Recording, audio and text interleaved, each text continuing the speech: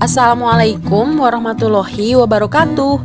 Selamat datang di Guprak Channel. Masih di sini bersama Ibu Lutfi Aywahyuni yang akan setia menemani kalian belajar prakarya. Jangan lupa di like, share, komen, dan subscribe ya. Pengolahan bahan pangan hasil peternakan dan perikanan.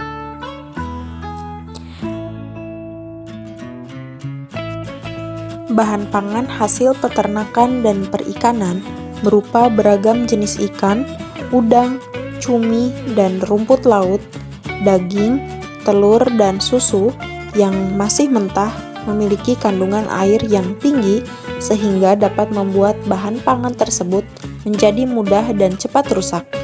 Oleh karena itu, harus dilakukan pengolahan. Cara pengolahan bahan ikan, udang, cumi, rumput laut, daging, telur, dan susu yang sering dilakukan berupa pengawetan dengan cara pembekuan, pengeringan, pengasapan, dan curing. Pengolahan hasil peternakan dan perikanan menjadi makanan siap saji. Yang pertama, jenis ikan, udang, cumi-cumi, rumput laut, daging, telur, dan susu. Ikan yang banyak hidup di Indonesia berdasarkan ekologinya terbagi menjadi 3, yaitu perairan tawar, perairan payau, dan perairan laut. Ikan perairan tawar adalah ikan yang menghabiskan sebagian atau seluruh hidupnya di air tawar, seperti sungai dan danau. Jenis-jenis ikan air tawar sebagai bahan pangan adalah ikan lele, ikan mas, gurame, dan sebagainya. Kandungan gizi ikan air tawar hampir menyerupai dengan ikan air laut. Kemudian, ikan perairan payau. Ikan perairan payau adalah ikan yang hidupnya di perairan payau.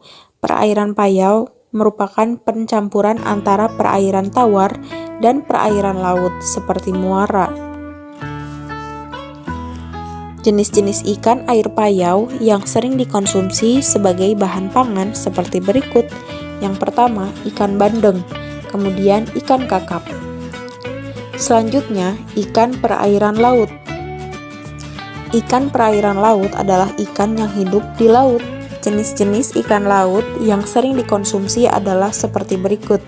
Yang pertama, ikan tuna, kemudian ikan tenggiri, kemudian ikan kembung, udang, cumi-cumi, dan rumput laut.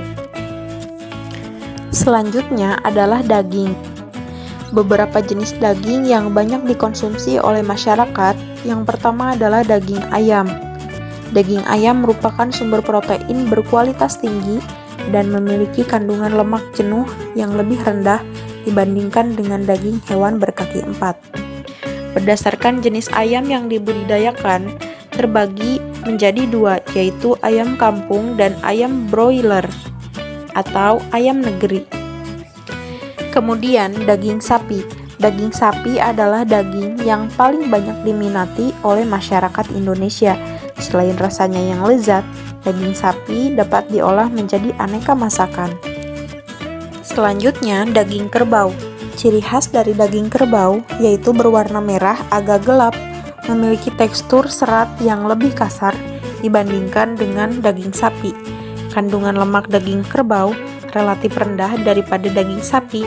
Daging kerbau dikonsumsi oleh sebagian besar penduduk di Asia Selatan dan Asia Tenggara. Tempat asal hewan ini, pengolahan daging kerbau biasanya sama dengan pengolahan daging sapi. Kemudian, daging kambing. Daging kambing merupakan sumber gizi yang penting bagi negara berkembang yang biasanya terletak di daerah iklim tropis. Daging kambing lebih empuk daripada daging sapi dan kerbau. Serat dagingnya lebih halus dan mempunyai rasa dan aroma khas yang digemari beberapa bangsa di negara berkembang.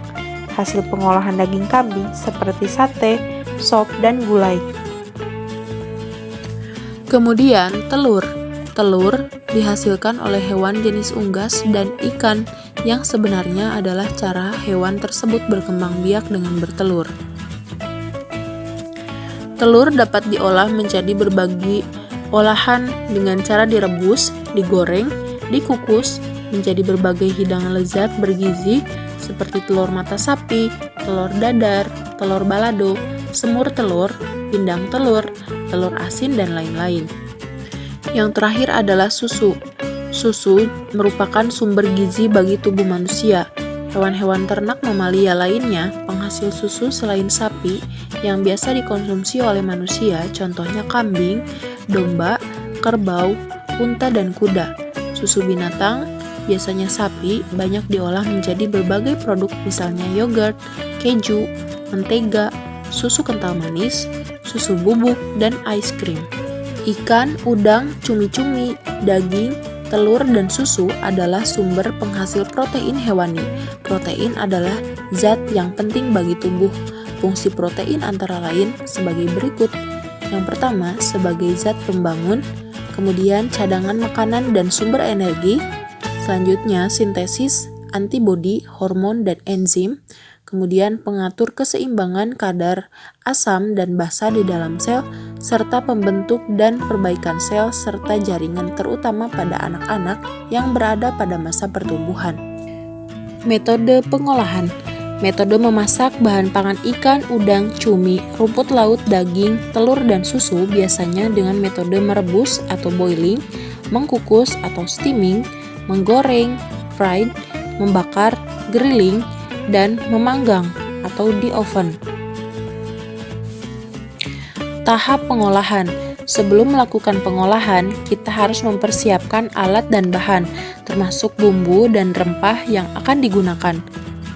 Bumbu berfungsi untuk menambah cita rasa yang dapat menghasilkan cita rasa yang berbeda dengan kombinasi dan komposisi tertentu pada olahan pangan. Berikut ini beberapa jenis rempah dan bumbu yang digunakan dalam mengolah bahan pangan. Yang pertama adalah cabai. Ada berbagai jenis cabai yang dikenal di Indonesia, yaitu cabai merah keriting, cabai merah besar, cabai rawit merah, cabai rawit hijau, cabai hijau keriting, dan cabai hijau besar. Cabai memberikan rasa pedas dan efek warna merah pada masakan. Selanjutnya adalah bawang.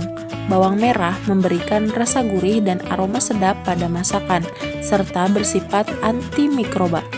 Selain umbinya, beberapa masakan juga menggunakan daun dan tangkainya. Kemudian bawang putih. Selain memberikan rasa gurih dan aroma sedap pada masakan, bawang putih juga baik bagi kesehatan karena mengandung zat yang berfungsi menurunkan kolesterol dan juga memiliki kandungan antimikroba yang kuat seperti bawang merah. Selanjutnya, jahe. Rasa rimpang ini pedas dan agak sedikit pahit. Jahe banyak digunakan sebagai bumbu dalam olahan ikan dan daging. Pada olahan ikan, jahe dapat mengurangi bau anyir atau amis ikan. Selain untuk bumbu, jahe juga nikmat dibuat minuman penghangat. Kemudian lengkuas. Umbi berserat kasar agak keras, berwarna putih kecoklatan atau kekuningan. Terdapat dua jenis lengkuas, yaitu lengkuas merah dan lengkuas putih. Jenis yang umum digunakan sebagai bumbu adalah berwarna putih, sementara yang berwarna merah biasa digunakan sebagai obat tradisional, tetapi dapat juga digunakan sebagai bumbu masakan. Rasanya sedikit pedas, ketir, dan memiliki aroma yang khas. Selanjutnya adalah kencur. Umbi kencur berwarna putih kekuning-kuningan, rasanya sedikit pedas dan getir, memberi rasa segar dan aroma khas pada masakan. Selain sebagai bumbu masak, umbi kencur juga digunakan sebagai obat tradisional. Selanjutnya adalah kunyit. Umbi kunyit berwarna kuning hingga orange, rasanya pedas. Dipakai sebagai aromatik dan juga memberi warna kuning alami pada masakan. Selain sebagai bumbu masakan, umbi kunyit juga digunakan sebagai obat tradisional. Selanjutnya, jinten. Biji-bijian berbentuk agak pipih, lembut, berwarna kuning kecoklatan, bau harum segar. Rempah ini digunakan sebagai bumbu, memberi aromatik segar pada masakan. Kemudian, pala. Biji pala adalah biji dari buah pala yang berdaging kuning, muda, kehijau-hijauan. Buahnya dapat dibuat manisan atau sirup. Bijinya dibuat bumbu penyedap. Rasanya sedikit pedas dan getir serta berbau wangi. Selanjutnya, kulit kayu manis. Kulit kayu manis adalah kulit bagian dalam sejenis pohon, baunya manis dan harum. Pada masakan, kulit kayu manis memberikan aroma manis dan harum. Kemudian, kembang pekak atau bunga lawang. Buah berwarna coklat ini memiliki bentuk seperti bintang. Rempah ini memiliki aroma yang khas dan kuat, mirip dengan adas manis. Bunga lawang dijadikan penyedap rasa pada masakan, memberi aroma harum segar pada masakan. Selanjutnya, lada atau merica. Buah ini berbentuk bulat kecil seperti ketumbar, tetapi lebih keras, berwarna putih kekuning-kuningan, rasanya pedas seperti cabai. Buah ini digunakan sebagai bumbu memberi rasa hangat atau pedas pada masakan serta aroma yang khas. Selanjutnya, ketumbar.